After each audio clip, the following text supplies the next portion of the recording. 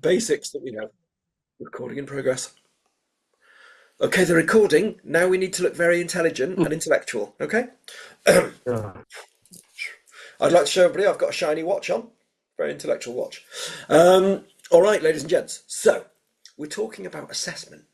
We're talking about exams. And we're talking a little bit about online exams, but basically exams in general. The rules are clear. If you would like to turn your camera on, that's great. I will ask you questions at various points. If you're doing something else, that's also fine. If you want to talk at any point, please just talk. It's okay. And we're going to use the chat a little bit, but mainly it's a bit of a chat. All right. So in terms of assessment, we're looking at both forms of assessment. Edda, thank you. We've got a love heart from Edda, and she's got a unicorn as a logo. So I think that's already a good sign of who we're dealing with. The idea today is looking a little at assessment in classes, and we're looking specifically at language assessment. But the idea, I think, is very much that we're looking at kind of any assessment. All right. So my background, basically, I have worked alongside Fatih on summer schools and sending students to other countries for many years. I have been a language examiner for Cambridge and for Trinity and for Telc and for PQS and for a variety of other exam boards. So I've worked quite a lot as an examiner in terms of different styles of exams, different ways of assessing people. So formative assessments, summative assessments. But I've also worked quite extensively for exam boards who are basically trying to work in other countries. So, for example, I've worked as head of business development for Trinity College London, and I've done business coordination for Telc for quite a long time. So a lot of that was talking with organisations about what to do with assessment, how to use assessment, and talking to teachers who, I'm a teacher, you're teachers. The question often for teachers is that thing of saying, well, my students have to pass the exam, and if they don't pass the exam, I am a bad teacher. And as teachers will often say, oh yeah, 93% of my class passed their exam last year, or whatever that is, or say, oh, I've got this class and I don't think they're going to pass their exam, and it's a big problem for me. And obviously what's interesting with that, I think, is the idea that as teachers we are solely responsible for our students in terms of their progress, their ability, and what they learn. And I think that's really interesting because it's dangerous in the sense that we have no Senin control. kulakların normal değil. Tech Desk iPhone, are you all right? Have you got a question? No. But it's dangerous as a teacher because we are left thinking that A, we can get every student to pass an exam. We can. So the idea there is the education thing where a student will say to you, oh, I didn't like English at school because I had a very bad teacher. Or I really liked English or French or German or Spanish, but I had a very bad teacher. And obviously the teacher that you have does affect how well you learn any subject. But as teachers, we're not Harry Potter. And that's a strange thing to say, but what I mean by that is that as teachers, we are not magicians.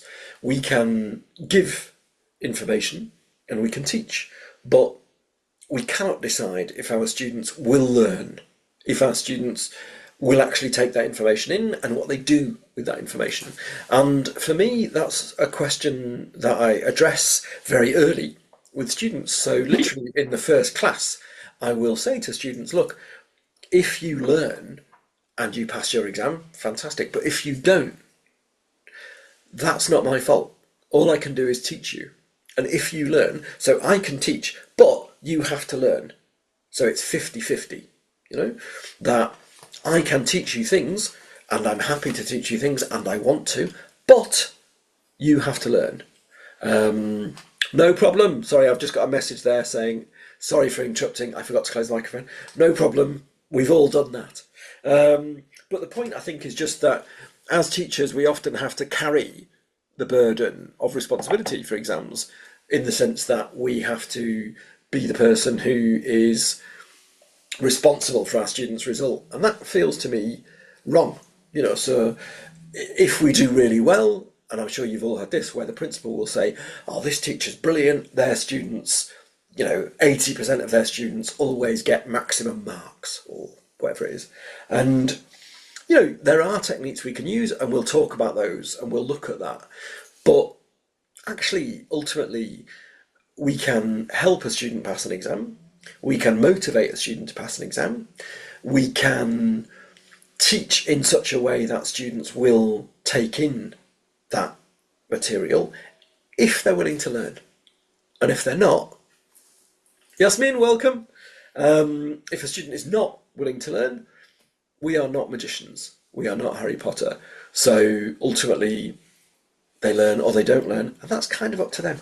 At this point, ladies and gents, what I will say is I'm in the UK, in York, in the north, but luckily I have a Turkish wife.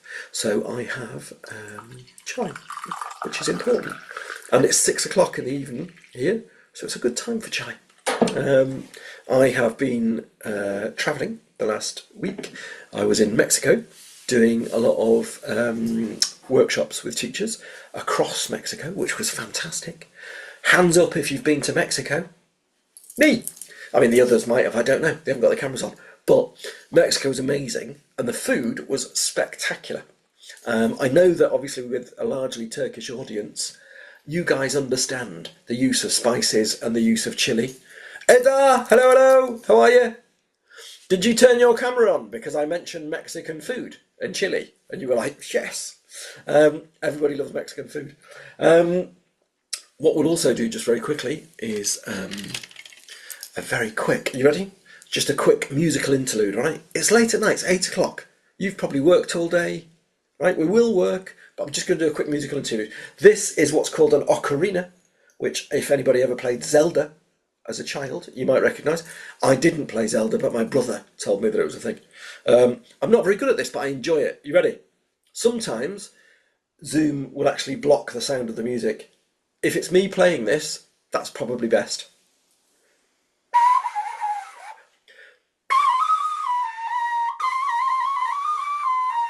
Thank you.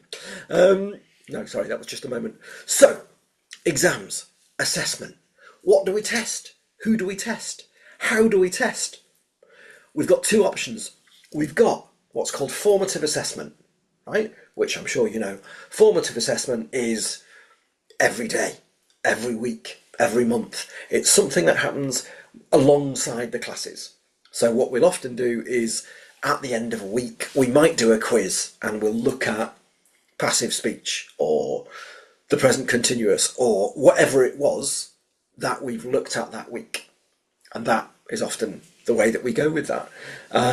Formative assessment is good in the sense that it's not all the pressure on one day and one moment.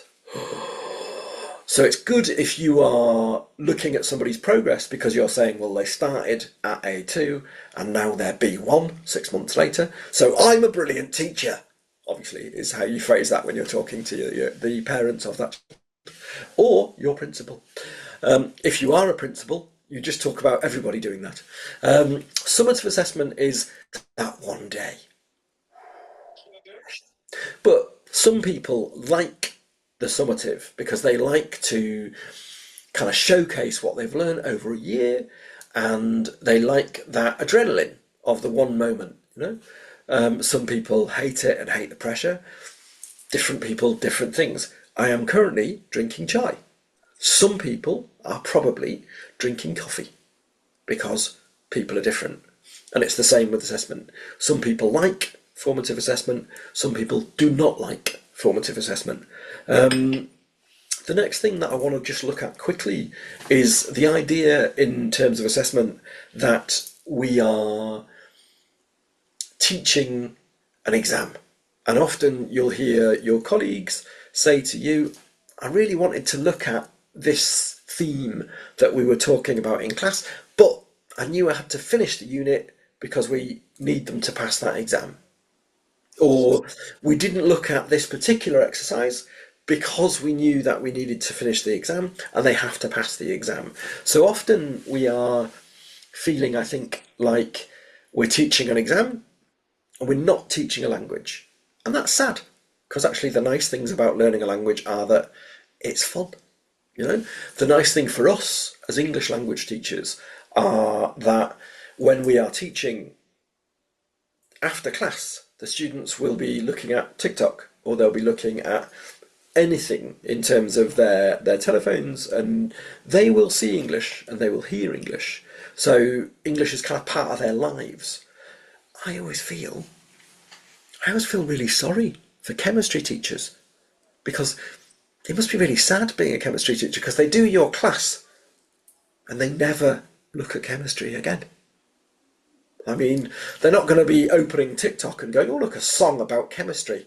Oh, Taylor Swift has written a song about chemistry. Doesn't happen, right?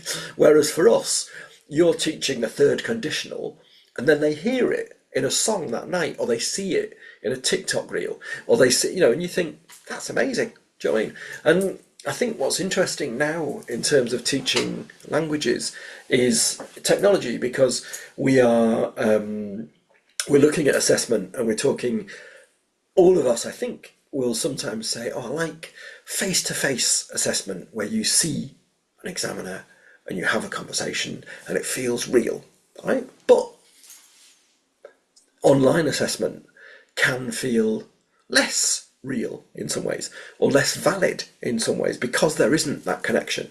And I think what's interesting is, again, like formative and summative, some people really suit online exams and really enjoy those, and some people don't. And some people like a face-to-face, and some people don't.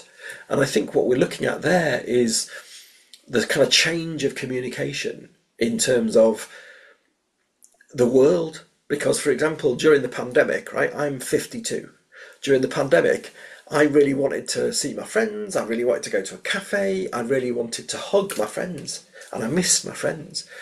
But for my nephew, who was 12 during the pandemic, most of his kind of contact and most of his friendships were already online, you know?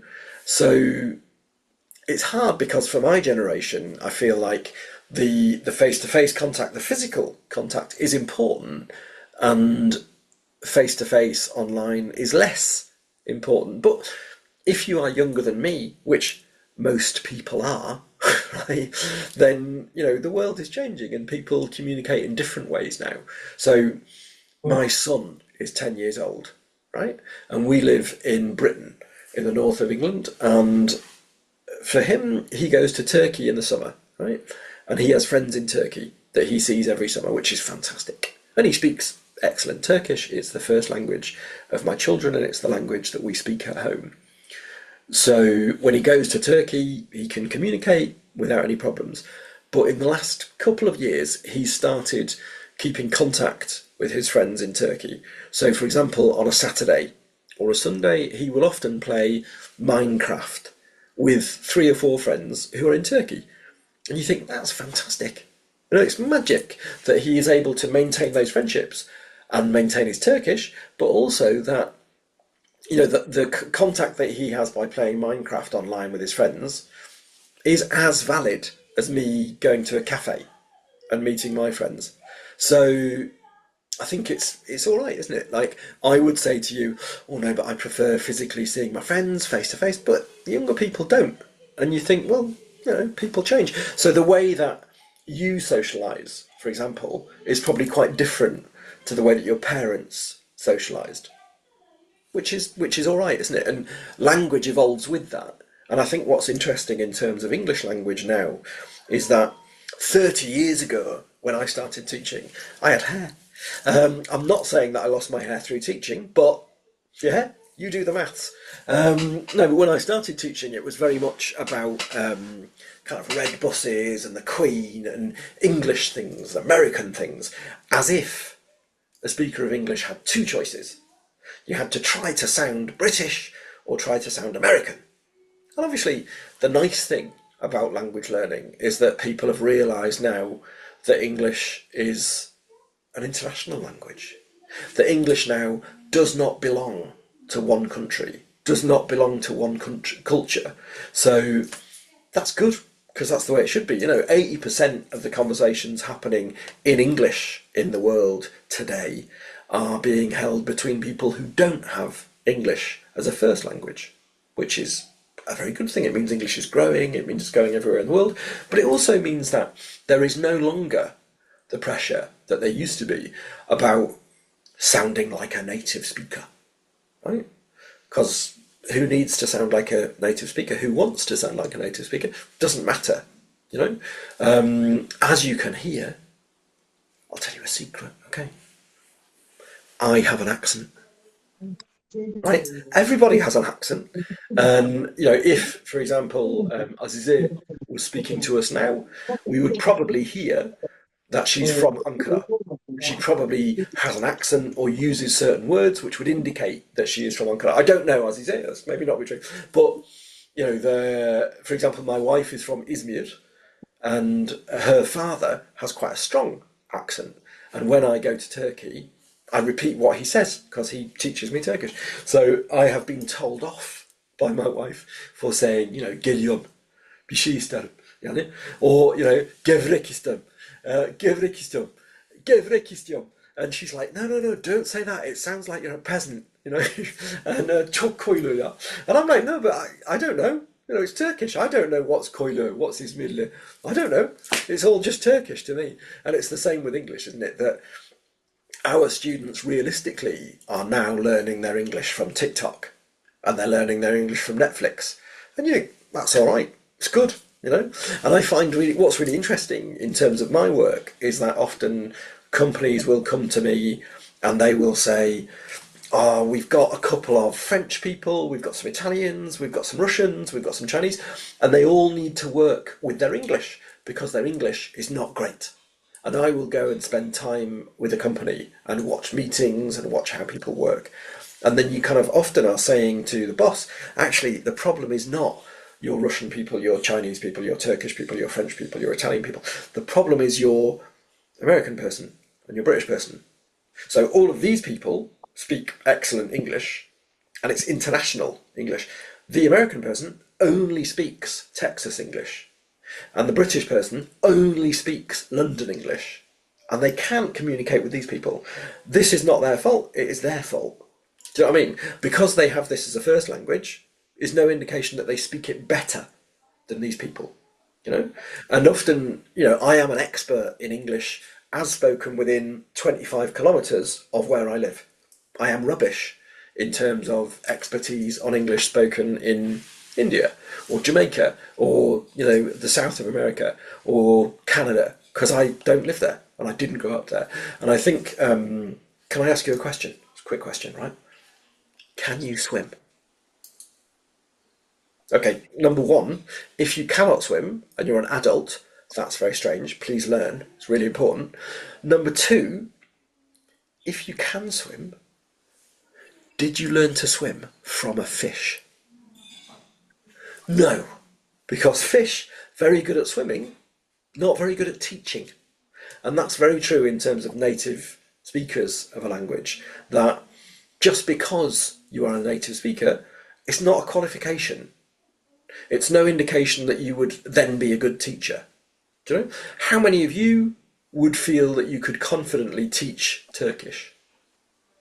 Maybe, for me, for example, I'm a qualified English teacher, but I'm also a qualified French teacher.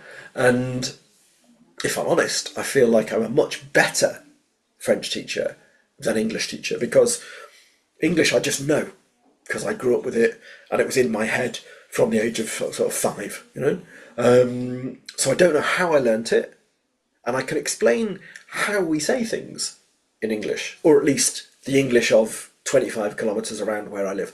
But I can't often explain why the grammar works that way, because I haven't had to learn the language. Whereas French, I have had to learn, so I can explain why we say things, and I can explain how to say things. And also, I'm a good example for my students, because if my student is from somewhere other than France and wants to learn French, and they have a French teacher, And the French teacher is like, look, I speak French, you should speak French. You know, what's the encouragement there? Whereas I'm saying, my students will often say to me, oh, I can't learn, I'm really stupid, I can't learn French, it's impossible. And I say, well, I did. And the same is true for you. When your students say, oh, English is really difficult, I don't like it, I'll never learn it. Oh, and you say, well, I did. You can say to your students, there was a day when I did not speak English, and I now do. And that's a great example, isn't it? That makes you a really good model. That your students are going to go, actually, that's brilliant. Yes, because, Yasmin and Hojam learn English, and I can learn English. Brilliant. Whereas if I come in and I'm like, look, I speak English because I'm British, the students are like, I'll never learn that, and I can't ever be British. They don't need to be British. What you need to do in English is be understood. And if people can understand you, that's perfect. You don't need to sound British. You don't need to sound American. If people identify that you're Turkish when you speak English, doesn't matter. The important question that you have to ask is, can people understand me? If the answer is yes, that's the important bit. Okay, we're going to do a very quick exercise, all right? So, have you got a telephone? Everybody got a telephone? So what you're going to do is you're going to turn your telephone on, right?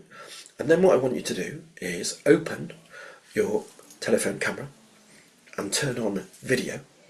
And what I'd like you to do is I would like you to video yourself. And you are going to, in English, you can turn the microphone off. Nobody's listening. It's okay. There's no pressure. What you're going to do with your phone is you're going to video yourself and you're going to answer one question. And the question is, why am I a teacher? Okay, I'm going to turn my microphone off and I'm going to do that. You can turn your microphones off and you can ask yourself, why am I a teacher? And video your response. Okay, I'll turn my microphone on in about 2 seconds and we can have a little look at this exercise. All right, so make a video, ask yourself the question, why am I a teacher? Okay.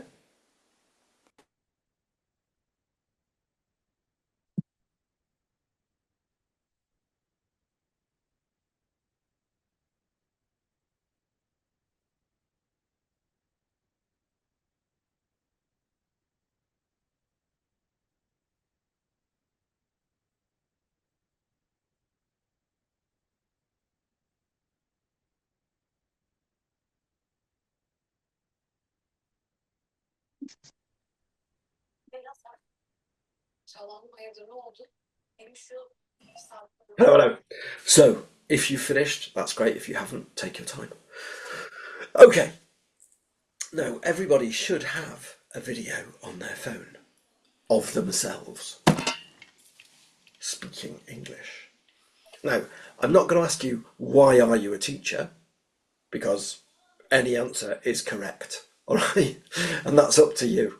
What I am going to ask you is to take your phone and find the video of you speaking English and send that video to your mother or your grandmother or somebody who loves you.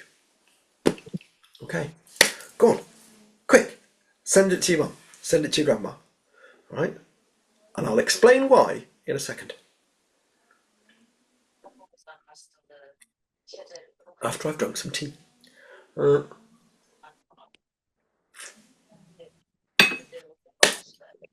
Engin Bey, we can hear you, but we're not Yeah, listening, I promise. There's no gossip. okay. No, it's fine. Okay, so if you watch yourself speaking English in a video, right? Probably you think, oh, I sound awful, my accent's very bad, I sound really stupid, I made a mistake. Oh, because I know that I feel that if I listen to myself speak Turkish, or if I listen to myself speak French, or anything other than English, if I video myself and listen, I think, oh God, I sound really stupid. And I think, my hair looks terrible. It doesn't, my hair always looks like this, so it's quite nice. Actually, I'll be honest, right, having no hair, quite nice. Because it's kind of, you never have a bad hair day, it always looks like this. So it's quite a confidence builder. Quite good, quite good. Engin, you can share this pain. So I think what's nice is if you send that video to your mum or to your grandma, then I guarantee that your mother, your grandmother, whoever, will message you back and say, oh, you're fantastic. Your English is incredible. you're brilliant, right? And they are right. You are brilliant. Okay, so it's kind of important, isn't it? And I will often do this with students where, I realise obviously in some schools, in some contexts, they will not have their telephones with them, and that's fine. But sometimes I will say to students, right, can you all take out your telephone and can you make a video? Partly because in the age of Kim Kardashian, then, if we say to students, practice a dialogue, talk to each other, they're like, but if we say, film yourself, they're suddenly like, whoa, and they make this huge effort, and you think, nobody's ever going to see the film, but okay. And so honestly, promise, try it, it's quite fun. So for example, what I will do is I will often get students to swap telephones. So for example, you'll get Gamze will film Ebru with Ebru's phone, right? And Ebru will film Gamze with Gamze's phone. Which means that at the end of the class, Ebru has got a film of Ebru on Ebru's phone. And Gamze has a film of Gamze on Gamze's phone. So we can also do a lesson about security online, about don't let other people film you. What will they do with that film? You have a film of you, you protect images of you. And that's an important lesson, I think. But it's also, in a sense, what I like doing with this exercise is it's like an assessment. Because often on the day one of a class with a group, I will get them to film themselves, and they'll be like, "Oh, I'm terrible. Oh, I'm stupid," and they're not. But also, if you do it every week, then after 6 months, they've suddenly got this great kind of library of their own progress, and you can say, "Look, at day one, was it good? Is it better now? Yes, it is." And that's important, I think, because it helps students to feel clever and confident. And that really is the kind of washback we want from any assessment, isn't it? If it's an assessment that you do, if it's an official assessment, like a PQS, like a Cambridge, anything like that, then you want students to improve, but you want them also to see that they improved and to feel better, Not in the sense of if they are not good, they feel better. If they are good and they have made progress, we want them to see that they have made progress. Because I think with languages, it's interesting, isn't it, that people often feel like if it is not fluent, it is failure. And that's not true, right? If you can speak a bit of a language, it's much better than nothing, And for example, in Turkish, I speak Turkish, I am the worst Turkish speaker in my house, right? Because my wife and my daughter, Diyar, 6 years old, and Destan, 10 years old, all speak Turkish better than me, all right? And both of my children now realise that in terms of grammar, syntax, their Turkish is better than mine. But, strangely, in terms of vocabulary, I'm better because I'm an adult, so my vocabulary is a lot broader. And that won't, as they grow older, that advantage will vanish. But shall I tell you another strange thing? Both of my children, who speak beautiful, excellent Turkish, and it is their first language, because it's what we spoke at home, and but when they speak Turkish, which is beautiful and fluent, they both have an English accent, which is very strange, because I do not, and my wife does not, right? But the kids do, and that, I think, is really interesting linguistically. Anyway, different point. So we're going to finish, right? Because we can. But before I finish, can I just ask you, so can you, at some point in the next week, try and do this exercise, right? Because it's good and you'll thank me and it really helps. If your students do not have mobile phones in class, that's fine. What I've often done with the permission of parents is I will film them on my telephone, and then I will send that video either directly to parents, although I'd never want parents to have my WhatsApp because then they ring me at the weekend and ask me stuff and I hate it. But what I will often do is I will either video them on a school telephone or my telephone, and then I'll give that video to the administrator of school, and the administrator can send it to parents. And that's good, Or what I've often done is with like a Moodle or some sort of online platform, I can upload videos of each child, and then parents can see that, or students can see that.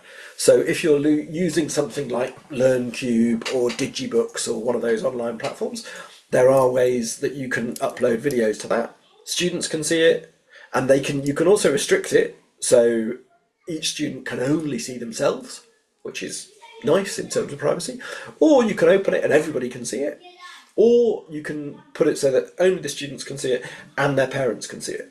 And that's a really lovely record, because as a teacher, particularly in Turkey, where parents really, really do talk to you a lot, what I find is that if you can give them access to videos and they can see their child making progress, they will leave you alone. Right? So that's a really good tip, and has been really helpful, I think. I mean, I hope it's a good tip. You know better than me. Try it and see. All right, I'll finish there because I guarantee all of you have better things to do than listen to me. I hope you're going to have a really exciting evening. What I would ask you is, if you've got any questions, please feel free to open your mic and ask a question. We are all colleagues. You are experts in your context. If you've got any questions, please go ahead. Shall I play a tune? Thank you. Go on, yes. Engin Bey, talk to me. Thank you very much. I don't have any question. That's all right. That's okay. Yasmin, can I ask you just to say hello? Because I can see you there. Of course. Hello, hello. Where are you? Now I'm in my kitchen in Antalya. Excellent. Well, you're very lucky to be in Antalya. I'm very jealous that you're in Antalya. Come and visit us then. I will do that very thing. I'll probably be in Antalya, I think, in May. So nice. Yes, so I'll come visit. Before the hot days and after yeah. the cold days, it's nice. I've just come back from Mexico, and in the north it was freezing cold, and then we went to the south and it was roasting hot. And I have no hair, so my head looks kind of totally red. Eda, can you open your mic? We've got hand signals from Eda, which is a great sign. Yes, I can. Eda, hello. Where are you? Hi there. And Can you hear me? I can indeed. Where are you, Eda? Okay, I'm in my living room in İzmit, Kocaeli. Oh, quite jealous. Do you know any of the other teachers on this group from Kocaeli? Oh, yes, Engin Hocam is there. Obviously. Yeah. Good times. Yes. Good times. Hello, Ada. How are you? Hello, Hocam. I'm fine. How about you? Thank you very much. Nice. No problem. It's good to see you, Hocam, here. And I don't know, I was expecting to see Mürvet Hocam, Yeah. but I don't Mürvet is busy, know I if think. he's Fair play. probably. It's 8 o'clock at night. People are probably eating. Have you already eaten, or are you about to eat? Yeah, I've eaten already. Can I just say, normally, because I'm in Yorkshire, in England, I can guarantee that you would all have eaten better food than me. But my wife is Turkish, and my wife is cooking today, so I'm okay, and I'm going to get the good food. So I'm quite excited. Well, enjoy it. Well, I'll do my best. Azize, you appear to be drinking tea. Are you drinking tea, Azize? Sorry. Are you drinking tea? Yeah, my husband, I have a Turkish husband. Yeah. So he brought tea for me. It's my My wife. favorite drink. I'm a tea lover. I love tea. Lover. Honestly, I love tea. I think I'm the only man in the history of Britain who does not drink alcohol. Right? I don't drink alcohol at all. Or coffee. Me too. By the way, I never. Interesting. I look like somebody who drinks a lot, right? And I have a very drunk personality. So the worst problem for me is that people often say to me, "God, you were really drunk at that party," and you're like, "No, I'm just an idiot," which is less easy to explain. But I do love tea. I'm a huge fan. Although when I go out with my friends all the time, they insist and they say, "Come on, you can drink just something, a little alcohol or something else." But all the time, I never prefer, by the way. But I'm a really big tea fan. I'm a tea lover. That's why I prefer tea all the time. I know it's not beneficial. It's not good for our health. I know it. No, I think it's good for you, tea. Yeah, I'm really, I really like drinking tea. That's why I prefer in my daily life. And also, as you know, teachers like drinking tea too much in their daily life because we teach a lot. We want to drink something. except water. That's why all the time in Turkey it's very popular. So the teachers like drinking tea. I totally agree. In Britain, teachers drink a lot of tea, but normally with milk, which I think is Yeah, I disgusting. went to England for 2 times, and all the time I ordered hot water because I never drink tea with milk. It's I'm not accustomed to drinking tea with milk. That's why I ordered hot the water all the time. And the waiter and the waitress, they were shocked all the time, and they couldn't understand why I ordered hot water beside tea. But I stayed in England nearly for 1 month. I went to Totnes. It was a lovely town. Yeah. It was lovely. So can I apologise for the weather and the food and all of the people who probably look like potatoes? We all look a bit like potatoes. It's not great, but you know, we try. No worries. Anyway, guys, look, thanks very much for coming. If anybody's got any questions, throw them in now, and if not, I shall release you into the wild. All right? Brilliant. Okay. Thank you so much for your time, guys. It was a pleasure for us. Thank you so much. Real pleasure for me too. Right, Thank you. Thank you so much. All right. Cheers now. Cheers. Thank